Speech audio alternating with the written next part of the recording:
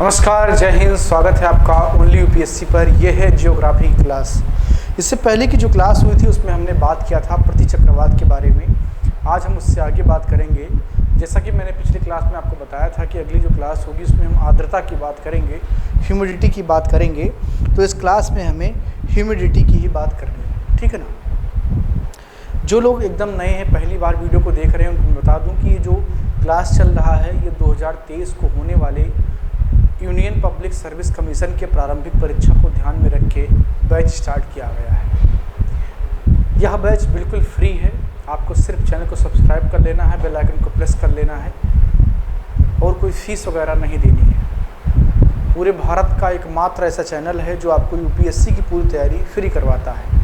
हमने जियोग्राफी से class start किया है, हम आगे और भी सब्जेक्ट को लेकर के आएंगे। इसके अलावा बहुत सारे क्लासेस आपको फ्री में पहले से ही चैनल पर अवेलेबल हैं। आप प्लेलिस्ट में जाकर के उसको चेक भी कर सकते हैं, ठीक है ना। तो चलिए क्लास को स्टार्ट करते हैं। और जैसा कि मैंने बताया कि जो नए लोग हैं वो सब्सक्राइब जरूर कर लें। आर्द्रता,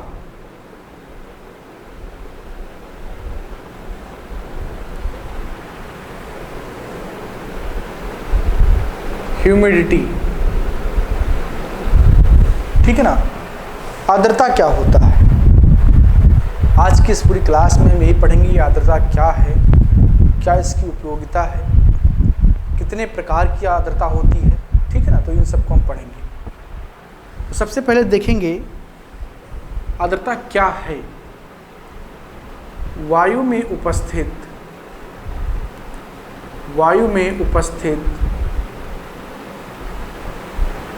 जलवाष्प की मात्रा को वायु में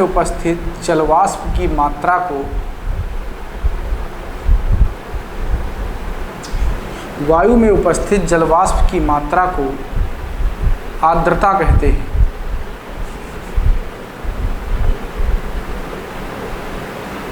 आर्द्रता कहते हैं।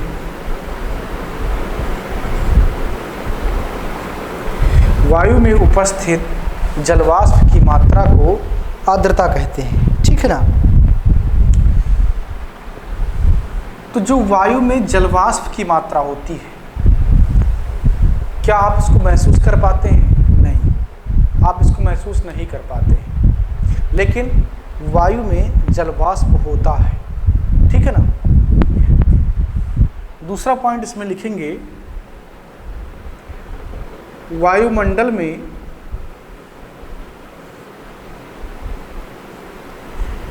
पाए जाने वाले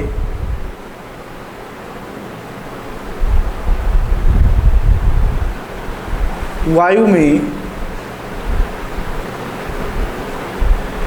0 से 4% आर्द्रता जलवाष्प की मात्रा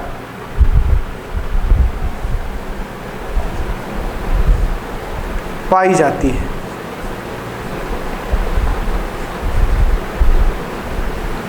और ये जो जलवाष्प है ना, ये बहुत ही ज़बरदस्त चीज़ है। अगर ये ना होता तो हम ना होते। कैसे? आप आगे पढ़ेंगे संघनन। संघनन क्या होता है ये पढ़ेंगे। कोहरा कैसे बनता है, ओस क्या होता है, उषांक क्या है, ये सब इसी से जुड़ा हुआ है। जब किसी वायु की जलवाष्प अवशोषित करने की क्षमता पूर्ण हो जाती है तो उस वायु को संतृप्त वायु कहा जाता है, ठीक है ना। और जिस बिंदु पर कोई वायु संतृप्त होती है उसे उषांक कहा जाता है। जब किसी वायु का ताप बढ़ता है तो उसके जल ग्रहण करने की क्षमता क्या होती है, बढ़ जाती है। और जब टेम्परेचर घटता है तो उसके जल ग्रहण करने की क्षमता घट जाती है। और जब क्षमता घटती है तो एक ऐसा लेवल आता है कि नहीं, अब इस तरह वाष्प को अवशोषित नहीं कर सकती है, तो वो संघनन की स्थिति हो जाती है, कंडेंसेशन की स्थिति हो जाती है, ठीक है ना। तो हम देखते हैं आर्द्रता के बारे में। और भी कुछ चीज़ें हैं।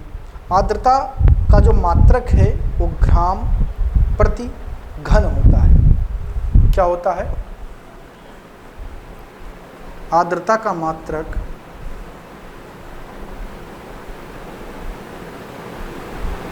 ग्राम प्रति घन होता है। आर्द्रता को हाइग्रोमीटर के द्वारा आर्द्रता को हाइग्रोमीटर के द्वारा मापा जाता है। ठीक है ना। तो ये है आर्द्रता के बारे में कुछ सामान्य सी चीजें। अब हम चलते हैं ये समझने की आर्द्रता के प्रकार क्या क्या हैं। ठीक है ना। और उनमें अलग अलग क्या मानक हैं, आर्द्रता की परिभाषा अलग अलग कैसे दी जाती है। तो इसको मैं मिटाता हूँ। जो लोग नोट नहीं कर पाए हैं वो लोग वीडियो को पीछे कर लेंगे और उसके बाद में रोक करके नोट कर लेंगे।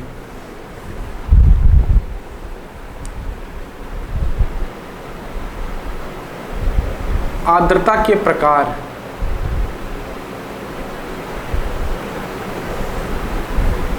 आर्द्रता के प्रकार तो एक तो है आपकी निरपेक्ष आर्द्रता। जो पहला प्रकार है वो क्या है? निरपेक्ष आर्द्रता।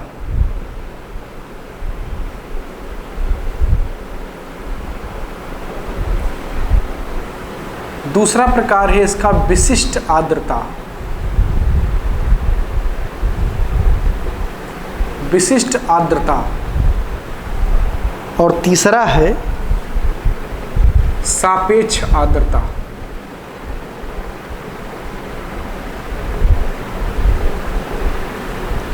तो निरपेक्ष आर्द्रता, सापेक्ष आर्द्रता और विशिष्ट आर्द्रता, तो ये तीन प्रकार की आर्द्रता होती है। अब जो आपकी निरपेक्ष आर्द्रता है वो क्या है, इसको लिखेंगे पहले।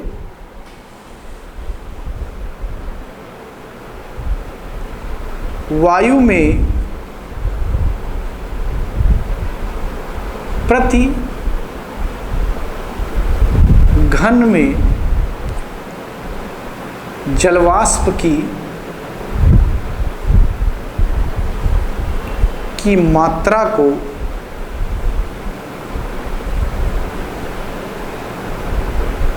निरपेक्ष आर्द्रता कहते हैं।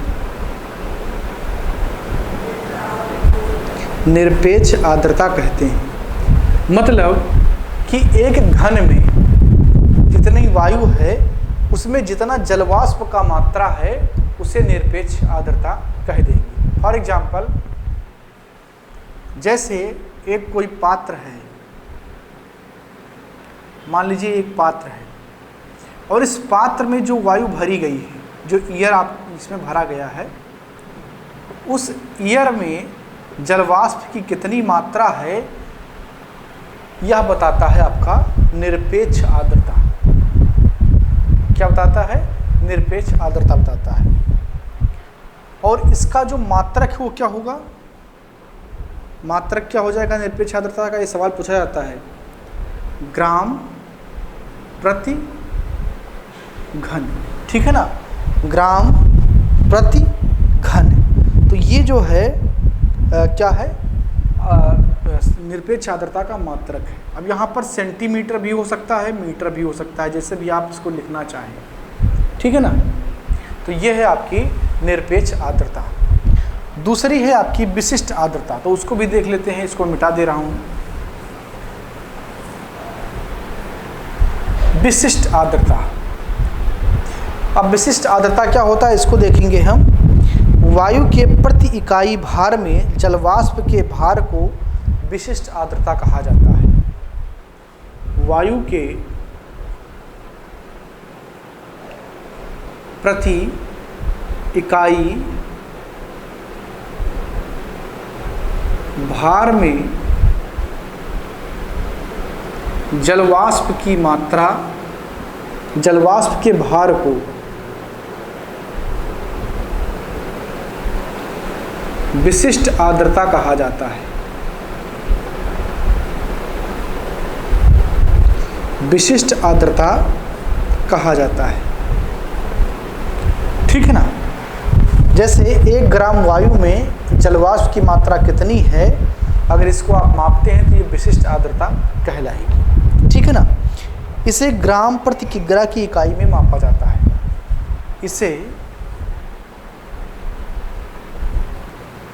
ग्राम प्रति किग्रा यानी कि किलोग्राम के इकाई में मापा जाता है। इसे ग्राम प्रति किग्रा की इकाई में मापा जाता है। ठीक है ना। अब इसको एग्जाम्पल से समझिए। 1 किलोग्राम वायु या ईयर में अगर जलवाष्प की मात्रा 5 ग्राम है, क्या है 5 ग्राम है, तो ये क्या हो जाएगा 5 बटा ये 1000 ग्राम हो जाएगा। तो 1/20 जो है विशिष्ट आर्द्रता आपकी निकल आएगी। और विशिष्ट आर्द्रता का एक तरीके से कहें तो कोई मात्रक नहीं होता है। ये जो मैंने यहाँ पर लिखा है उसको कह सकते हैं, लेकिन जब उसको आप तोड़ लेते हैं तो उसका कोई मात्रक नहीं होगा। एक तरीके से आप कह सकते हैं कि विशिष्ट आर्द्रता का, क्योंकि ग्राम और किलोग्राम ये दोनों भार को ही मापते हैं, तो भार बटा भार कोई मात्रक नहीं होगा। लेकिन चूंकि एक सिंबल के रूप में से बता दिया जाता है, बाकी ये आप जानें कि विशिष्ट आर्द्रता का कोई मात्रक नहीं होता है।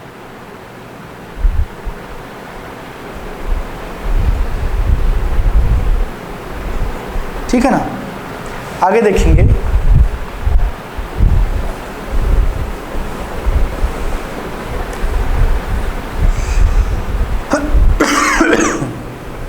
सापेक्ष आर्द्रता क्या होती है?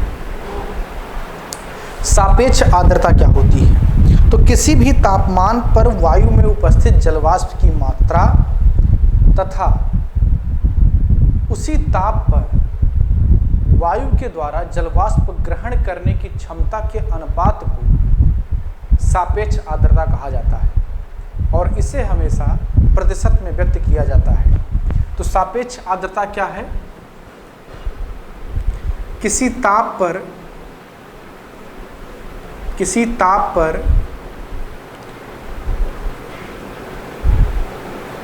वायु में उपस्थित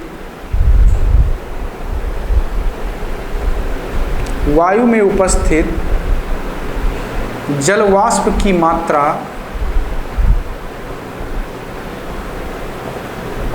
किसी ताप पर वायु में उपस्थित जलवाष्प की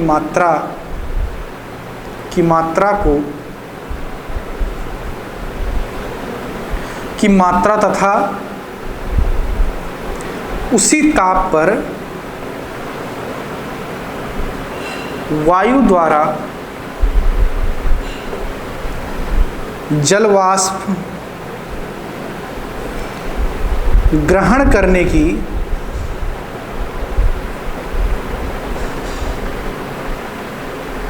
क्षमता का अनुपात सापेक्ष आर्द्रता कहलाता है। सापेक्ष आर्द्रता कहलाता है। इसे प्रतिशत में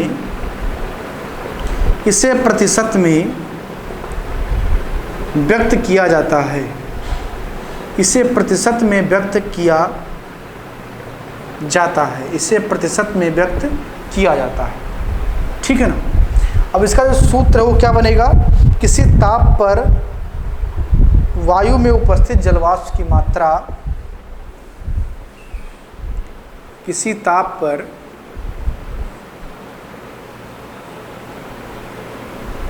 वायु में उपस्थित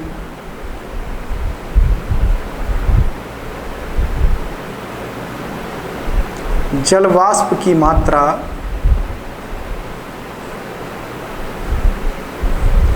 बटा वायु द्वारा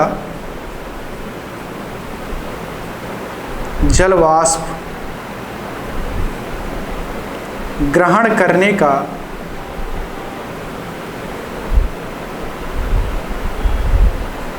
सामर्थ्य,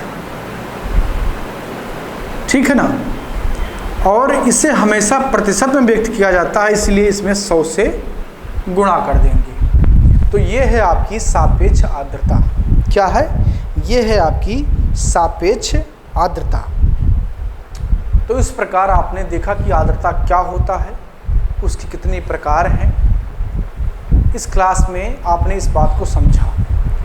अब इसके आगे की जो क्लास है उसमें हमें संघनन, कोहरा, कुहासा, बादल, बरसात, ये सब पढ़ना है कि कैसे होता है, कब बादल बनता है, कब जो है कुहासा बन जाता है। उसके पीछे का जो पूरा भूगोल है उसको हम समझने का प्रयास करेंगे अगली क्लास में। तो उम्मीद करता हूँ कि ये क्लास आपको समझ में आई होगी। कोई सवाल अगर संदेह आपके दिमाग में है तो कमेंट बॉक्स में ज़रूर लिखना, हम उसका रिप्लाई करने का प्रयास करेंगे। अगर आप इंस्टाग्राम यूज़र हैं तो हमें इंस्टाग्राम पर फॉलो करिए। अगर आप फेसबुक यूज़र हैं तो हमें फेसबुक पर फॉलो करिए। आपको सिर्फ सर्च करना है ओनली यूपीएससी, आपको हमारा पेज मिल जाएगा, उसे फॉलो करिए। इसके अलावा अगर आप टेलीग्राम यूज़र हैं तो हमारा टेलीग्राम ग्रुप भी ज्वाइन करिए। बहुत सारे अपडेट आपको वहाँ पर भी मिलते रहते हैं। टेलीग्राम ग्रुप का लिंक आपको डिस्क्रिप्शन बॉक्स में मिल जाएगा। और जो पहली बार आए हैं, मैं बता रहा हूँ, वो चैनल को सब्सक्राइब कर लें, बेल आइकन को प्रेस कर लें। नोटिफिकेशन को ऑन करने से क्या होगा कि उनको क्लासेस के लिंक मिलते रहेंगे और इसके लिए कोई फीस आपसे नहीं ली जाती है, ठीक है ना। तो मिलते हैं अगली क्लास में। बहुत बहुत धन्यवाद।